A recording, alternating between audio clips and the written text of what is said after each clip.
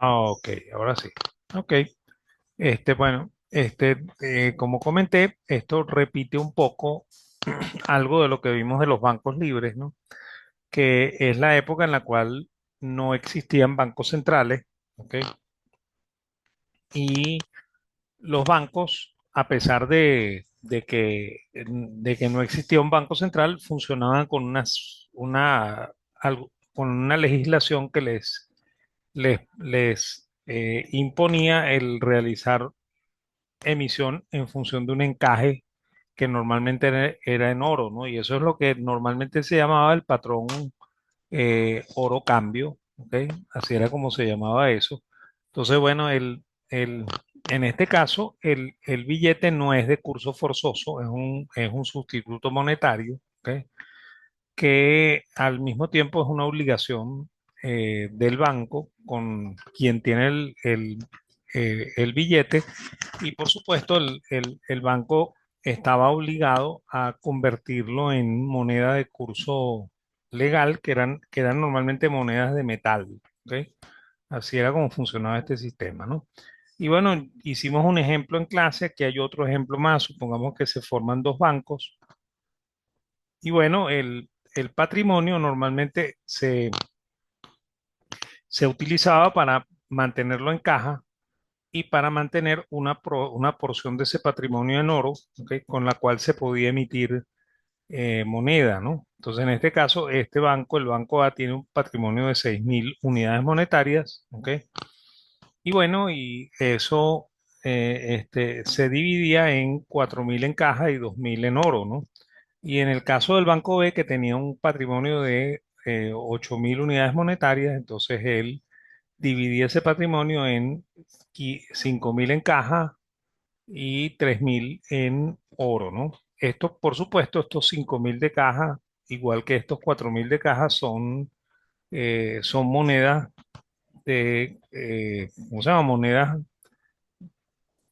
oficiales de la República, ¿ok? Por lo cual eran los que se utilizaban para pagar los billetes cuando el tenedor del billete venía a caja a liquidarlo, ¿no? ¿Ok? Entonces, bueno, supongamos que el banco decide emitir 6.000 unidades monetarias en billetes, ¿ok? Eso normalmente se hacía por la vía del crédito, ¿ok? O sea, se creaba un crédito para algún comerciante y bueno, a ese comerciante o a ese grupo de comerciantes se les entregaban 6.000 unidades monetarias para que después ellos pudieran cancelar sus diferentes erogaciones y bueno, de manera efectiva, eso ya estaba en circulación, pues, ¿ok? Por supuesto, el comerciante que solicitaba el crédito al banquero quedaba en la obligación de cancelar unos intereses por ese préstamo y al final cancelar el monto total de la operación, ¿no? ¿Ok? Y bueno, y en el caso del Banco B, el Banco B va a otorgar un crédito por 8.000 unidades monetarias que están representados por esos billetes en circulación, ¿ok? Y bueno, y este es el primer paso después de la emisión, ¿no? Luego supongamos que alguien liquida billetes, ¿no? O sea, supongamos que vienen 2.000 unidades monetarias en billetes originalmente emitidos por el Banco A que pasan a caja solicitando que le den efectivo. Entonces, en ese caso, la caja se reduce en 2.000 unidades monetarias, o sea, pasa a ser 2.000 para el caso del Banco B, y los billetes en circulación también se reducen en 2.000, ¿ok? Y bueno, y en el caso del Banco B, supongamos que vienen 1.000 unidades monetarias a ser liquidadas, y bueno, en ese caso, él va a liquidar 1.000 de las 5.000 unidades monetarias que tiene en caja, ¿no? Por supuesto, como los señores que tienen el crédito en ambos casos van a pagar intereses y van a ir pagando también el capital de la deuda. Entonces eso va a ir amortizando, ¿ok? Esa deuda y al mismo tiempo reponiendo caja, ¿ok? En el caso de que vengan más tenedores de billetes a cancelar, ¿no? ¿Ok? También alguien podría depositar moneda, ¿ok? Y en este caso vamos a suponer que hay unos clientes que traen moneda al banco A y depositan 3.000 unidades monetarias. Entonces, en ese caso, la caja se repone, ¿ok? Tenemos 5.000 en caja ahora y los depósitos son por 3.000, ¿no? Esa es la contrapartida, ¿no? ¿Ok? Y por supuesto, esos depósitos también pudieran ser utilizados para dar préstamos, ¿ok? En el caso en el que se quisiese, ¿no? Entonces, el caso más complicado es cuando un banco deposita billetes de, o sea, un cliente deposita billetes de otro banco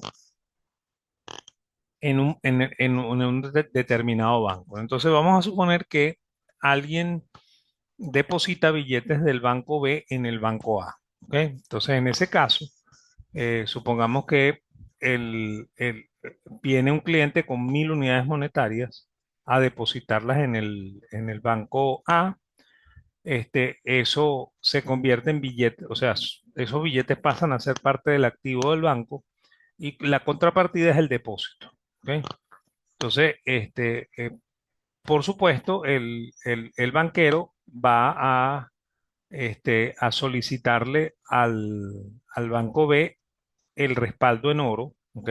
O sea, ahí sí se solicita el encaje, ¿ok? Por lo cual el banquero está obligado a entregar parte del oro al banco A, ¿ok? Y esa es la razón por la cual el oro en el banco A se incrementa, ¿ok? Mientras que el oro en el banco B disminuye, ¿no? ¿Ok? Esa es una de las cosas que puede pasar, ¿no? ¿Ok? Y eso, bueno, se resolvería de una manera mucho más fácil si existe una cámara de compensación, ¿no? Eso se hace casi que automáticamente, ¿ok? Y además la cámara de compensación tendría parte de los depósitos en oro de banco y banco, por lo cual los depósitos en oro pasarían de un lado al otro, ¿ok? O las tenencias en oro pasarían de un lado al otro sin tanta complicación, ¿no? Por eso es que el sistema se perfecciona con la existencia de un banco con una cámara de compensación, ¿no? Y estos sistemas generalmente son muy eficientes y además de eso son perfectamente seguros, ¿ok? Y de hecho, bueno, nosotros tuvimos banco libre entre 1883 y 1940 y se presentó un solo caso extraño ahí, ¿ok? Y yo se los voy a relatar un momentico, ¿no? En un momentico, ¿ok? En el caso de los bancos en el exterior también eran muy extraños los casos de crisis financieras en bancos libres, ¿ok? Sin embargo, estos sistemas fueron desapareciendo, ¿ok? Y el lugar fue ocupado por los sistemas con Banco Central, ¿no? O sea, pero la razón no es porque el Banco Central sea más seguro, o porque el sistema con Banco Central sea más seguro, sino porque sencillamente los gobiernos prefieren mantener el control sobre la moneda y eso se consigue teniendo un Banco Central, ¿no? ¿Ok? Además, tienen la facultad de emitir, ¿ok? Y le eliminan la facultad de emisión a los bancos que la tienen, ¿no? Que en este caso son los bancos libres, ¿no? Y esa fue la razón que también privó cuando se creó el Banco Central de Venezuela, pues. ¿Ok? O sea que no es, estos sistemas no son este, peligrosos, ¿ok? No hay crisis masivas nunca, generalmente ocurre crisis ¿cómo se llama? En un banco, ¿ok? Y la crisis no es sistémica, ¿ok? De hecho, en Venezuela ocurrió una, ¿no? En el año 1934 el Banco de la Reserva el Banco de la Reserva Federal, el Banco Mercantil y Agrícola, que se creó en el año 1926, empezó a otorgar préstamos agrícolas, ¿no? Y los préstamos agrícolas siempre fueron una complicación seria en el siglo XIX porque los agricultores no eran buenos pagadores, ¿no? Entonces, el banco comenzó dando préstamos de este tipo, ¿ok? Y bueno, algunos de estos deudores se pusieron en mora, ¿ok? Y resulta que esa información permeó hacia el público, ¿no? Entonces el público inmediatamente pensó que el banco estaba quebrado y bueno, empezaron a hacerle cola al banco mercantil para retirar el efectivo por los billetes y bueno, en ese momento el banco no tenía efectivo con el cual cubrir los billetes porque buena parte del dinero se había prestado a personas que no pagaban sus créditos, ¿no? Entonces, bueno, ahí ocurrió que el gerente del Banco Mercantil llamó al presidente del Banco Venezolano de Crédito. El presidente del Banco Venezolano de Crédito llamó al presidente del Banco Caracas y luego llamaron también al presidente del Banco de Venezuela y entre los tres bancos pusieron dinero para que el Banco Mercantil cancelara los billetes. ¿Ok?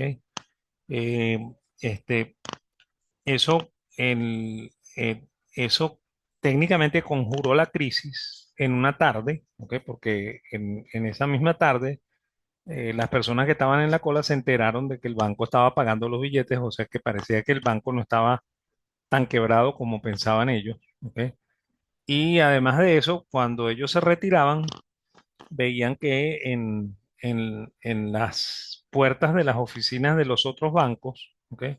Decían que ellos aceptaban los billetes del Banco Mercantil para hacer depósitos, ¿no? Que es un poco lo que vimos aquí si un cliente va con billetes de otro banco a depositarlos, ¿no? Entonces, bueno, eso conjuró la crisis en una tarde, ¿ok? Y a la mañana siguiente el banco pudo abrir sus puertas sin ningún problema, ¿ok? Y bueno, el banco quedó con una deuda con los bancos, ¿no? Que fue cancelada al término de 2 años, ¿ok? Por lo cual, no necesariamente el sistema colapsó, ¿no? ¿Ok? Y de hecho, bueno, si hubiese colapsado, el que colapsa es únicamente el banco mercantil, ¿no? Pero claro, los otros bancos intentaron salvarlo para que no ocurriera un evento desagradable, ¿no? ¿Ok? O sea que se salvaron sin la existencia de un banco central, ¿no? Que es la excusa que normalmente se coloca cuando se dice, vamos a crear un banco central porque nosotros no sabemos si los banqueros van a hacer esto, ¿ok? Normalmente los banqueros suelen ser solidarios, ¿no? ¿Ok? Fíjense, cuando un banco de estos libres presta parte de los depósitos, esto es lo que ocurre, ¿no? O sea, el banco crea crédito ya no por ¿cómo se llama? Contra la emisión de billetes, sino contra el préstamo de un depósito, ¿ok? Y este es el resultado, pues. Y si se fijan, fíjense que efectivamente los depósitos de oro no disminuyen, ¿ok? Bueno, o no disminuyen, no, o sea, no se afectan sensiblemente, ¿ok? Y bueno, y el banco permanece con sus billetes emitidos sin el más mínimo problema, ¿no? ¿Ok? O sea que estos sistemas son bastante sólidos, ¿no? Ahora, ¿por qué no se siguió con ese sistema, no? No se siguió fundamentalmente porque los bancos centrales son instituciones que nacen para financiar los fiscos extenuados, ¿no? Así como, como pasaba con el Banco de Suecia, que yo comenté que Suecia era un país subdesarrollado que no tenía mucha capacidad para obligar a tributar a sus ciudadanos. Entonces, para esas situaciones nacían los bancos centrales, ¿no? Y bueno, y la otra razón por la que no se sigue con el sistema de banca libre es porque los gobiernos prefieren tener ellos el control de la oferta monetaria y no delegarle ese control a los banqueros. ¿Ok? Y en algunos países se creía que la fortaleza de la banca, ¿ok? Y la riqueza de sus propietarios radicaba en su poder de emisión, ¿no? Y esa es una de las cosas que pasaba en Venezuela, pues la gente en Venezuela creía que efectivamente la capacidad de emitir billetes era lo que hacía rico a los banqueros, ¿ok?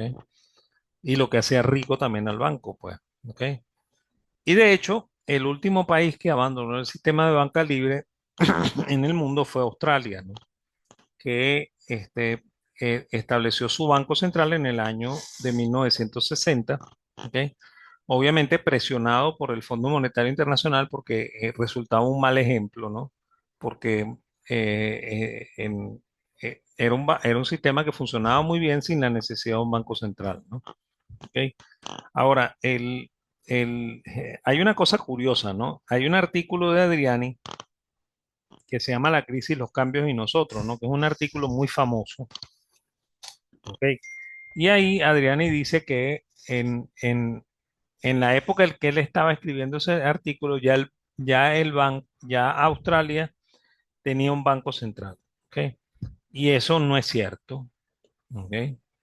No es cierto porque el Banco Central de Australia se crea en 1960, ¿no? Y Adriani se muere en 1936. ¿Ok? O sea que él no podía haber visto lo que ocurrió en 1960, pues. ¿Ok? Es curioso, pero eso es lo que dice el artículo, ¿no? ¿Ok? Lo cual dice que nos está diciendo una mentira, ¿no? ¿Ok? O por lo menos no sabe lo que está diciendo, pues. ¿Ok? Entonces, bueno, esa es la razón por la cual se acaba con el sistema de bancas libres, ¿ok? Y bueno, y se empieza a hacer, se crean sistemas con bancos centrales. Algunos sistemas son cajas de conversión. De hecho, nuestro banco central inicial, que corre de 1940 hasta 1960, ¿ok? Eh, con el añadido de que después de la devaluación del 60 se siguió también con el esquema de caja de conversión, claro, no en una relación uno a uno, entre el 40 y el 60 fue de 3,35 a $1, ¿ok?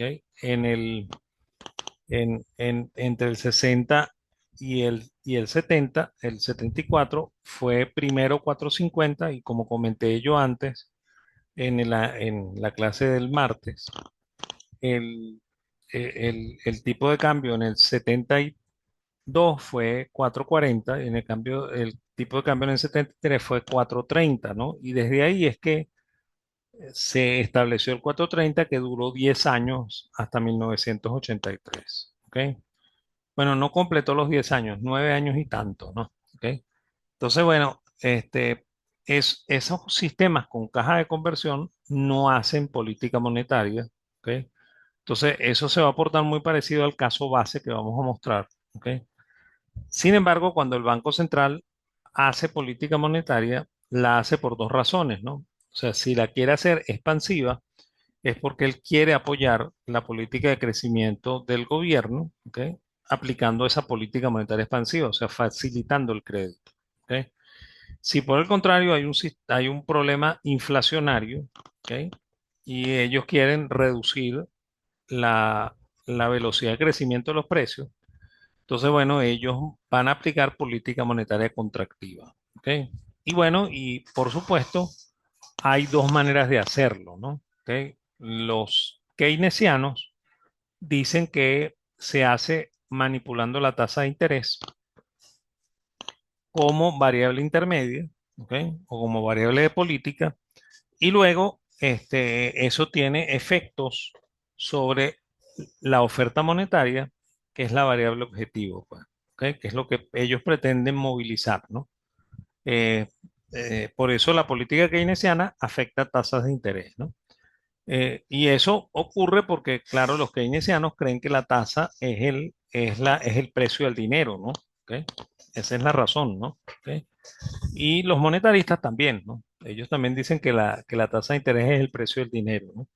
Pero el monetarista, como es un poquito más liberal que el keynesiano, entonces él considera que no se debe usar la tasa de interés como instrumento de política monetaria y cree que la política monetaria se ejecuta por el aumento o la disminución directa de la oferta monetaria, perdón, de la base monetaria, ¿ok?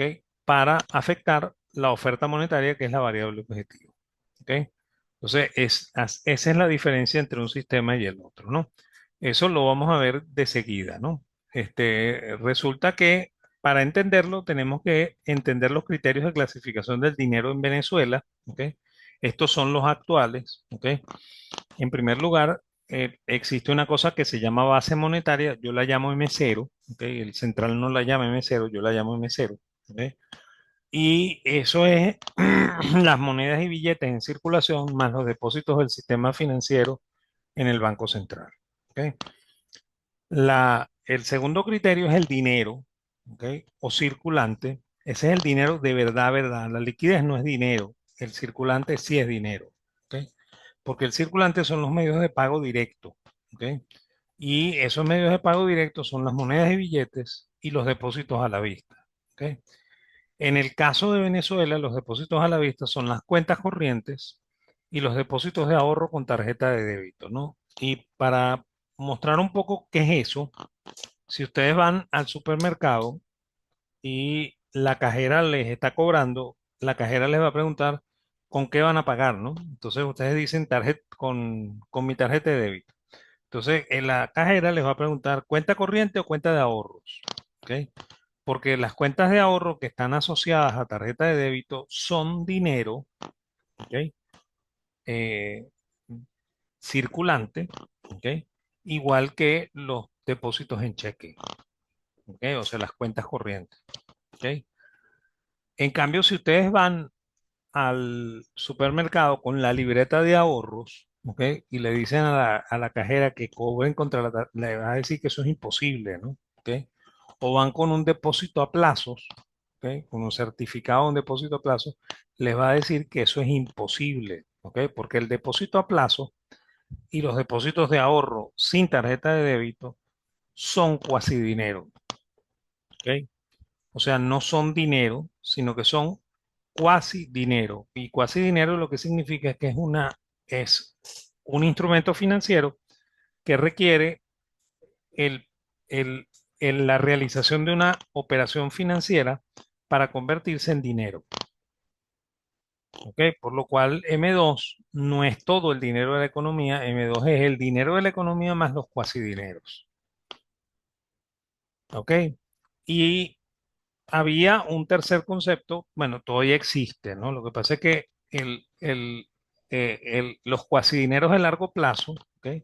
Son tan escasos en Venezuela que nosotros podríamos decir que M2 y M3 son iguales, ¿no? Pero durante mucho tiempo ocurrió que el M3 era muchísimo más grande en términos cuantitativos que M2, ¿ok? Y eso que en Venezuela solamente se tomaban las cédulas hipotecarias como cuasi dinero de largo plazo. ¿Ok? Sin embargo, los bonos de la deuda pública, ¿ok? Y todos los títulos valores son cuasi dineros de largo plazo. ¿Ok? Por supuesto, para convertir un cuasi dinero de largo plazo en dinero, yo tengo que pasar por la bolsa, ¿ok? O por una operación fuera de bolsa, ¿ok? En la cual yo vendo ese título para que me lo depositen en mi cuenta corriente, ¿ok? Entonces ahí se convierte en efectivo, ¿no? Por lo cual ese cuasi dinero de largo plazo, igual que el cuasi dinero de corto plazo, no es dinero, ¿ok? O sea, es un instrumento financiero que funciona como sustituto del dinero y es un sustituto menos líquido porque es mucho más rentable, ¿ok? Entonces hay como una relación inversa entre rentabilidad y liquidez, ¿ok? Ok, ¿cómo ocurre la política monetaria en los países, ¿no?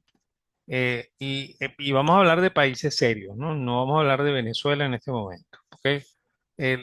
Normalmente el Banco Central crea dinero contra un activo, ¿ok? Que no existía, ¿ok? Entonces, eso es lo que normalmente se llama dinero sin respaldo, ¿ok?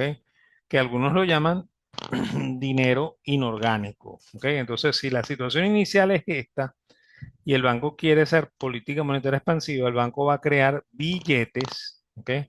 Contra un activo que no es reserva internacional, ¿no? Y ese activo puede ser un crédito a bancos, ¿ok? Que es el caso de la asistencia financiera, puede ser la compra de títulos valores, ¿ok? Por parte del Banco Central, de títulos valores emitidos por el gobierno, ¿ok? Y aquí hay que entender que aunque el gobierno sea dueño de la mayoría accionaria del Banco Central, ¿ok? Hay una independencia entre el Banco Central y el gobierno, ¿no?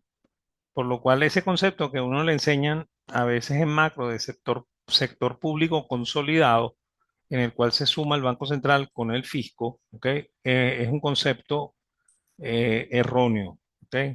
Porque de hecho las cuentas son independientes y no hay una consolidación entre Banco Central y gobierno, ¿ok? Entonces, bueno, en este caso, todas esas emisiones son inflacionarias, ¿ok? Y son hechas sobre activos de muy baja calidad, no, no sobre divisas y sobre oro, ¿no? ¿Ok? Y aquí hay una cosa adicional, ¿no? ¿Ok? La Constitución de Venezuela, la Constitución del 99, tiene un artículo en el cual dice que el Banco Central no puede emitir dinero sin respaldo, ¿no? Y resulta que cada vez que el banco hace política monetaria, está emitiendo dinero sin respaldo, ¿no? ¿Ok? Por lo cual, según el artículo, el banco estaría inhabilitado para realizar política monetaria. Sin embargo, la ignorancia monetaria es la norma del día, ¿ok? No solamente entre economistas, sino también entre no economistas, ¿ok? Entonces, este es el caso del país serio, ¿no? O sea, esto, aquí está Europa, está Estados Unidos, ¿ok? Que son los que hacen estas cosas, ¿ok? Ahora, también con países serios, cuando hay política monetaria contractiva, entonces lo que ocurre es una reducción, ¿ok? De el activo, ¿ok? Y una reducción de los pasivos, fundamentalmente pasivos en billetes, ¿ok? Esa reducción normalmente es antiinflacionaria, ¿ok? Y además disminuye el tamaño del balance del Banco Central, ¿no? Fíjense que los activos disminuyen, los pasivos disminuyen, ¿ok? El patrimonio se mantiene constante, pero hay una disminución de la estructura de activos y pasivos, ¿ok? Esto, obviamente, debería ser antiinflacionario, ¿ok? Y bueno, y reducir el balance del Banco Central, ¿no? Entonces, una de las cosas que uno descubre cuando se está haciendo política monetaria es que el balance del Banco Central como que se estira o como que se encoge, ¿no? ¿Ok? Eso es lo que pasa en la realidad. ¿Ok? El caso de Venezuela no es así. ¿Ok? En el caso de Venezuela, cuando el Banco Central, y ojo con esto, ¿no? Como nosotros hemos tenido un sistema altamente inflacionario desde el año 1983, entonces el Banco Central normalmente hace política contractiva, ¿ok? O sea, son pocas las veces en las cuales el Banco Central hace política expansiva, ¿ok? Sin embargo, como la política contractiva se hace con pasivos propios, o sea, el Banco Central no compra bonos del gobierno ni vende bonos del gobierno, el Banco Central emite bonos para hacer la política monetaria o emite pasivos para hacer la política monetaria. Entonces, el Banco Central, cuando va a hacer política monetaria contractiva, él emite un pasivo que yo voy a llamar pasivo político, ¿ok? Y ese pasivo político sustituye parte de los pasivos, parte de los billetes, ¿no? ¿Ok? Sin embargo, ese pasivo político es un medio de pago, ¿no?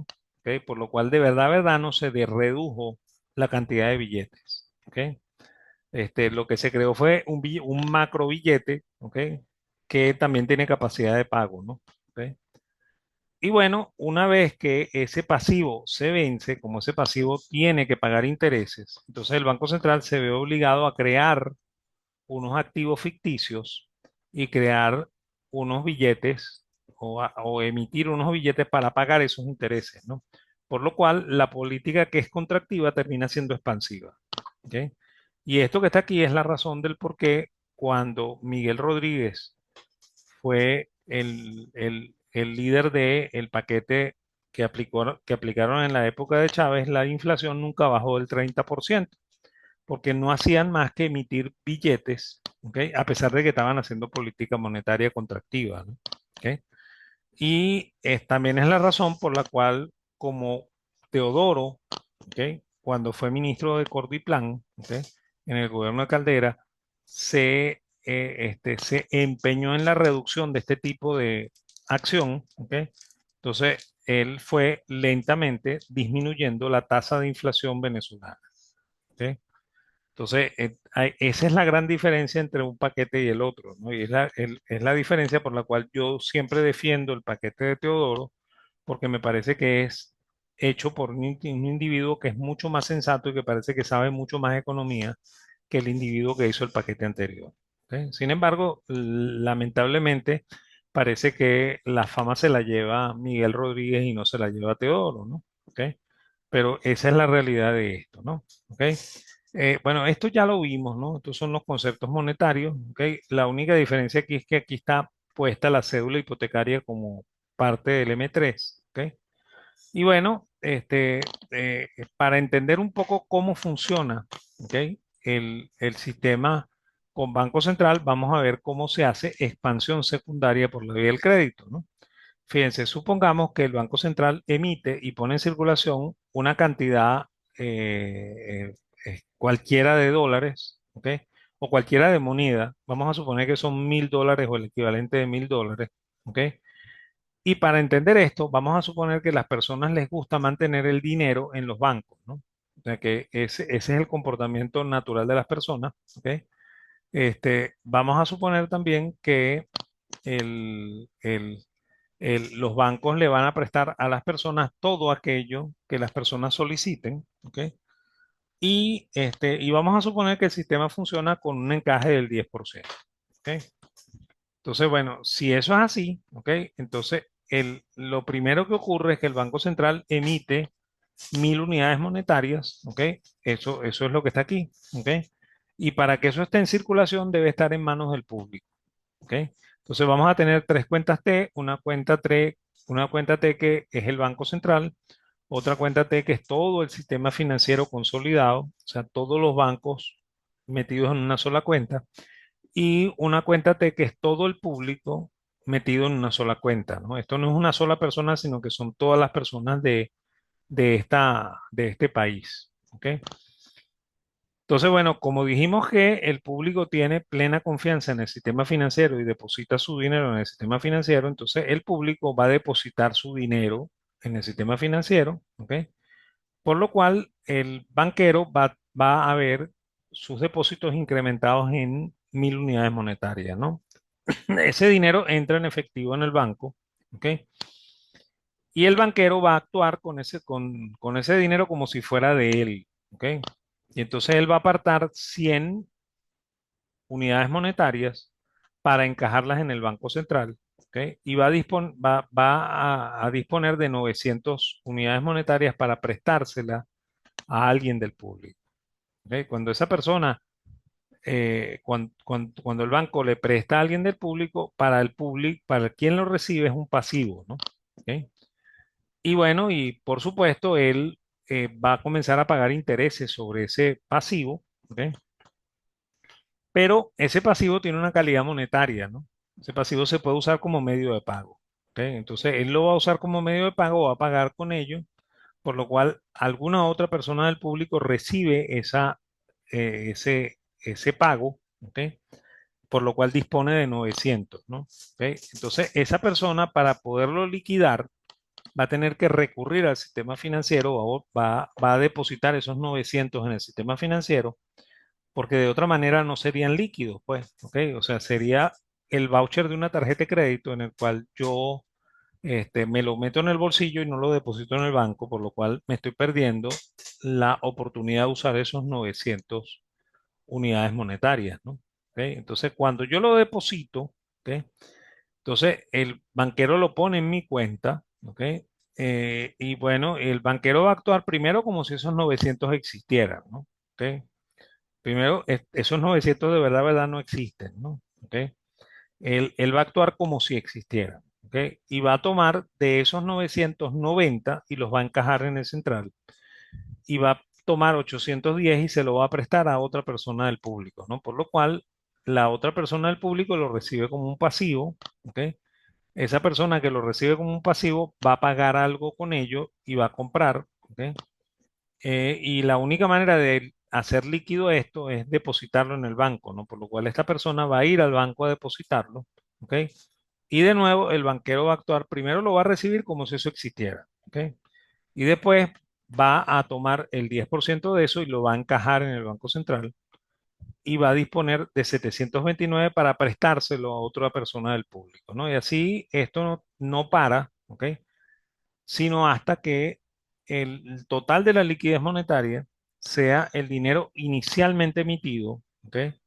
Dividido por el porcentaje de encaje legal, ¿no? Y como el dinero inicialmente emitido es 1000 y el encaje es 10, entonces yo divido 1000 entre 0,10, ¿ok? Y eso me dice que la liquidez monetaria es 10.000 unidades monetarias, ¿no? ¿Ok? Resulta que esas 10.000 unidades monetarias están compuestas por 1000 unidades en billetes iniciales, ¿ok? Y 9000 de crédito, ¿ok? Crédito es, es una operación financiera, ¿ok? Que tiene su origen en una palabra griega, una palabra latina que es credo, ¿ok? Y el credo es una oración que uno reza en la misa, ¿no? Por lo cual esto es pura confianza, puro crédito, pura fiducia, ¿no? ¿Ok? Además, la palabra fiducia o fiduciario viene de otra palabra también en latín que es fides, ¿ok? Que significa fe, ¿ok? Por lo cual todas estas cosas, ¿ok? Casi casi que son religiosas, ¿no? O sea, son creer, tener fe, eso es lo que es el crédito, ¿ok? Entonces, fíjense, en este momento la liquidez está compuesta por una base monetaria que son 1000 y por un crédito que son 900, ¿ok? Si yo lo viera desde el lado de los depósitos, serían también 1000 en billetes y 9000 en depósitos, ¿ok? Porque ambos lados deberían ser iguales, ¿no? ¿Ok? Deberían ser igual crédito y depósito, ¿ok? Ok, este, vamos a suponer que el Banco Central piensa que ese encaje de 10% es muy poquito, ¿no? Y decide ponerlo en 20, ¿ok? Pero resulta que esta grabación se va a parar, ¿ok? Entonces yo voy a cerrar, ¿ok? Y volvemos a entrar, ¿ok? Ya les envío el link para que volvamos a entrar, ¿ok? Y seguimos.